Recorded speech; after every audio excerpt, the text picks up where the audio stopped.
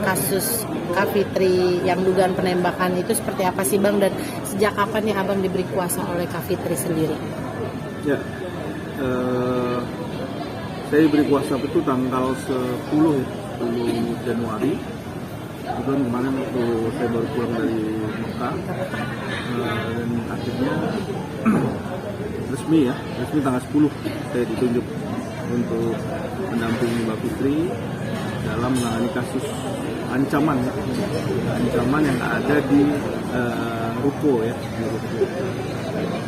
Bang, kalau boleh tahu ancamannya itu seperti apa Bang? Awalnya? Ya, kalau ancamannya kita lihat di sini bentuk ancamannya itu adanya kerusakan ya, bentuknya itu dugaannya itu ada penembakan ya. Tapi nanti biar pihak kepolisian yang akan mengembangkan kasus ini tentunya. Dan kita lihat di sini laporan daripada Mbak Fitri ini akan kita tindak lanjut, akan kita kawal. Kita akan terus meminta permohonan cepat dilakukan proses hukumnya ya, agar pelakunya cepat ditangkap ya. Oke, Bang, tapi kan saat ini nih mungkin setelah kemarin Abang bersama Kak Fitri muncul di publik gitu kan, dan Kak Fitri juga mulai speak up nih tentang masalah dia dengan NM ya kan. Ini seperti apa sih Bang, kan udah mulai ada keberanian nih, apa setelah emang didampingi oleh Abang atau bagaimana? Iya, kalau itu Mbak Fitri sudah jelaskan ya kemarin pas adanya pertemuan kemarin. Ya, pada prinsipnya dia cuma membalas segala bentuk apa yang dituduhkan. Apa yang menjadi poin-poin di dalam media sosial yang menyudutkan inisial nama dia, ya ibaratnya membentuk satu opini-opini yang kurang berkenan. Tentunya ini akan ditindaklanjut juga sama Mbak Fitri. Kita juga melihat, sama-sama memantau sejauh mana nih orang-orang yang tidak berkepentingan tentunya akan melakukan tindakan-tindakan di luar batas. Ya tentunya kita juga akan melakukan upaya, nggak akan berdiam saja ya. Karena seorang yang terus-menerus dianiaya ibaratnya secara verbal, secara media sosial dan lain-lain, ini kan bentuk ancaman juga ya. Walaupun ancaman ini nggak secara langsung tapi secara media sosial. Nah ini berat juga. Nah nanti coba kita akan lihat. Nah kita masih menganalisa semua. Ya, Mbak Fitri masih melihat bahwa bagaimana nanti ke depannya. Ya mungkin media sosial akan melihat juga nih ya bentuk-bentuknya. Karena Mbak Fitri juga nggak akan menyerang seseorang atau menyerang apa yang dituduhkan kalau dia juga tidak dilakukan tidak diserang kan. Begitulah apabila sudah terlalu sering ya diinjak-injak ibaratnya, terlalu sudah batas limit kesabaran ya. Tentunya masih ada limit untuk bisa dia melakukan upaya hukum. Oke. Bang, selama ini serangan-serangan itu yang dianggapkan oleh Kak Fitri itu maksudnya boleh dijelaskan Bang sedikit lagi, serangan dari mana Bang? Maksudnya dari seseorang seperti apa? Di media sosial? Serangan untuk secara verbal di media sosial tentunya semua ini ya, rakyat Indonesia bahkan netizen bahkan media juga tahu bentuk-bentuknya seperti apa, pakai gimmick, pakai inisial dan lain-lain. Intinya adalah menyudutkan atau memfokuskan kepada seseorang ya, dengan melakukan satu kejelekan, membongkar satu opini-opini ya yang menggiring ya ke arah negatif ya kan, dan memberikan statement-statement yang sifatnya ya tidak pantas juga dikonsumsi banyak orang kan gitu. Oke, Bang, tapi sejauh ini mungkin Kak Fitri sendiri akan ada buat laporan terbaru nggak sih untuk maksudnya untuk melawan dari pihak sana? Ya tentunya kalau nanti dibutuhkan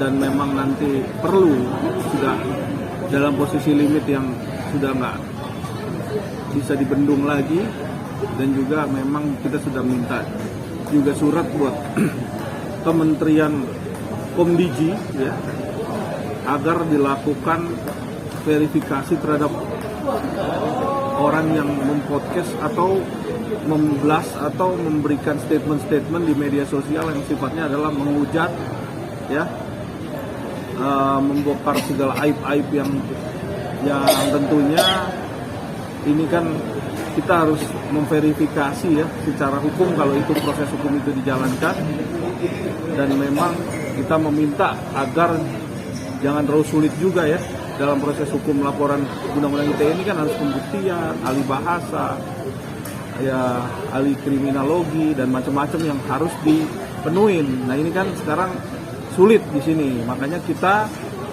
meminta kepada kementerian tindak lanjut, ditindak, ya, difilter agar tidak terjadi satu adanya krisis terhadap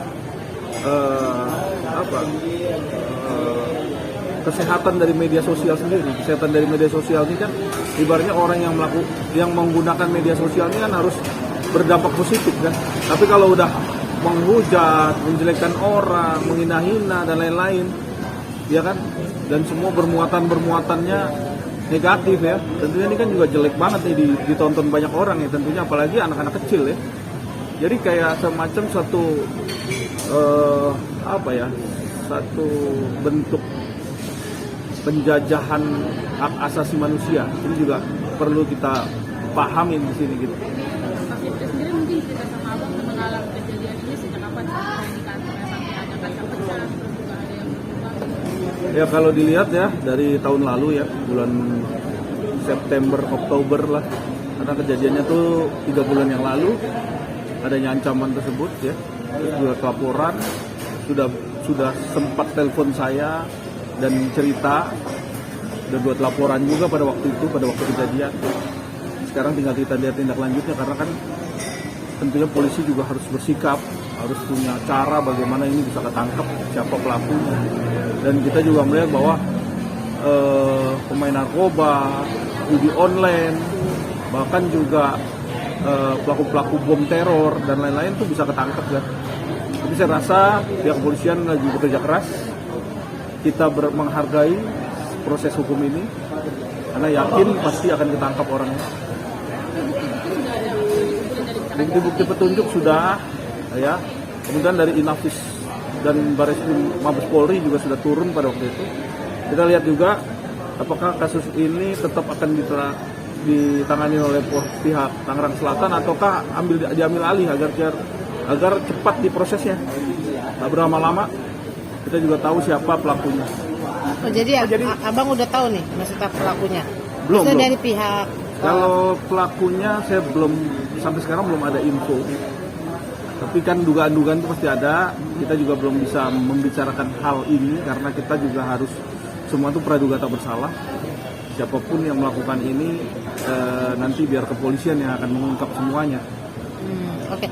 Bang, tapi kalau boleh tahu sih selain teror penembakan itu apa aja sih yang teror yang pernah diterima oleh Kak Fitri, teror-teror yang mungkin cukup mengganggu pihak dari Kak Fitri sendiri gitu? Ya, sekarang ini Mbak Fitri dalam posisi yang sedang mengalami teror ya, baik itu teror secara langsung atau verbal. Yang kita lihat di sini semua, kita nggak usah menjelaskan lagi secara aktual ya. Semua orang udah lihat betapa jahatnya di dalam media sosial, menghujat dan memfokuskan kepada salah satu orang. Dan akhirnya orang ini mengalami satu kesabaran yang sudah memuncak, terus akhirnya juga perlu klarifikasi, perlu adanya hak jawab ya, di mana kalau orang di dalam posisi yang disudutkan berkali-kali dengan keadaan terus dan berkelompok dan akhirnya berkembang biak ya kan. Kalau kita lihat ini berkembang biak nih, ada beberapa kelompok-kelompok tertentu terus melakukan hujatan-hujatan, tentunya ini udah nggak sehat. Tapi di sini Mbak Fitri melakukan hak jawab, perlu itu karena apa? Karena seseorang yang dalam posisinya diinjak terus tentunya harus menjawab dan memberikan satu klarifikasi dan kebenaran. Dan nanti biar media sosial dan netizen yang positif yang akan menanggapi secara jelas dan tidak adanya satu konspirasi dalam beberapa pihak ya. Sebenarnya ini kan ada beberapa pihak. Oke, Bang, baru Mengganggu mental Kak Fitri itu nggak sih? Ya tentunya iya, karena ini anaknya juga terganggu juga mentalnya, akhirnya juga Mbak Fitri harus melakukan hak jawab itu tadi. Karena memang sudah menyangkut masalah anak, ini berat sekali. Oke, Bang, tapi tadi saya ngeliat updatean sedikit dari story-nya Kak Fitri gitu kan. Kalau misalnya dia ibaratnya akan nggak gentar lagi nih, nggak takut lagi nih tentang yang di sana. Terus dia cuman pengen nama baik dia tuh bersih. Apakah ini salah satu tindakan dia untuk membersihkan nama baik dia di seluruh netizen atau apa gimana?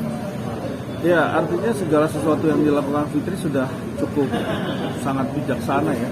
Kalau kita lihat secara langsung dia lakukan di dalam story-nya, di dalam apa yang dia sampaikan itu, dia melakukan hak jawab atas apa yang ada di media sosial. Jadi kalau memang ini menjadi satu hal counter check and balance ya. Ini kan orang memberikan satu informasi seperti itu ya, walaupun itu pakai inisial dan lain-lain. Tapi orang kan tahu tertuju ke dia kan. Ini kan faktanya. Nah, dia akan memberikan jawaban. Dia kasih hak jawab. Seperti apa sebenarnya. Jadi kan ini yang terpenting.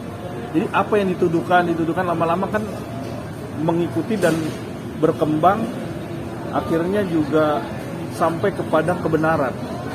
Apa itu kebenaran? Fakta. Fakta itu apa?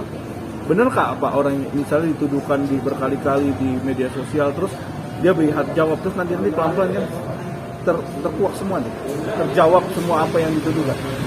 Biar netizen bisa menilai mana orang yang benar-benar sesuai dengan mulutnya atau dia cuman fitnah isinya.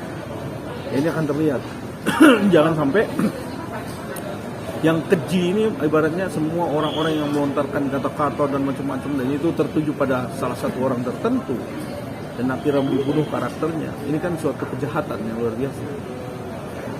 Bang, satu lagi mungkin Bang, kan bisa dibilang saat ini mungkin Kak Fitri berseteru dengan orang kontroversi ya kan, mungkin sampai akar-akarnya dibuka nih, mungkin bermasalah sama dia. Nah, abang kan digandeng oleh Kak Fitri, ada rasa takut nggak sih Bang, mungkin abang nanti juga diikut sertakan oleh pihak sana gitu kan, gimana nih? Kalau saya, prinsip saya adalah saya berdasarkan profesional, saya bertindak berdasarkan membela haknya Mbak Fitri sesuai dengan protap dan tanggung jawab saya ya, di mana saya tidak pernah melanggar norma-norma yang sudah diajarkan di dalam organisasi advokat.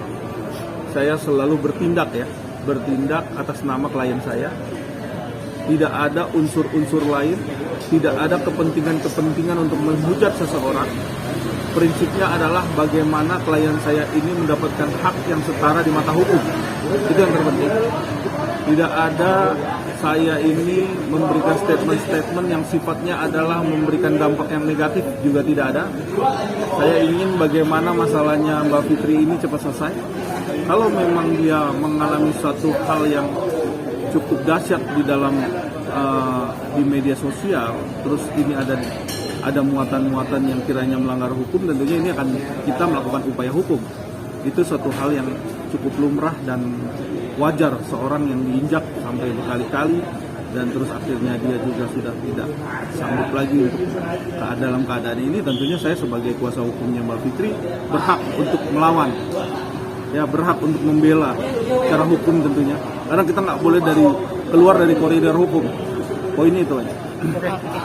Ada langkah-langkah hukum apa lagi nih yang akan abang tempuh nih selain melaporkan segala macam, apa yang akan abang tempuh nih untuk mungkin keselamatan Kak Fitri dan keluarganya supaya nggak ada lagi teror apa Bang?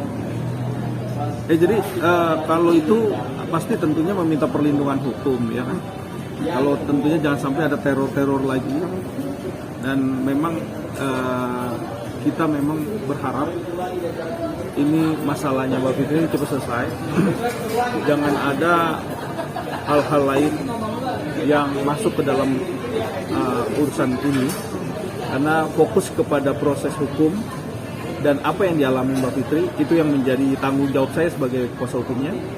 Tentunya tidak lain adalah membela apa yang sekarang ini sedang diusahakan oleh Mbak Fitri ya. Apakah akan mungkin mendatangi LPSK juga untuk meminta perlindungan hukum? Ya tentu nanti kalau itu dibutuhkan ya, tentu kita akan melakukan itu ya, meminta perlindungan ke LPSK kalau itu dibutuhkan. Karena kita belum lihat nih sejauh mana ya. Oke, dah. Terakhir dong Bang, mungkin ada respon apa sih dari Fitri sendiri, mungkin dia adanya kejadian ini merasa tidak tenang kan? Ya tentunya pasti nggak tenang, tentunya pasti ada satu traumatik ya, dan juga ada satu hal yang dia merasa takut dia tidak inginkan. Jadi agar masalah ini kenapa dia menggandeng kuasa hukum, karena jangan sampai nanti dia bertindak dan apa yang dia lakukan ini melanggar satu hukum, ya kan? Saya juga selalu berkonsultasi apa yang harus dilakukan, itu poin-poinnya. Oke, udah.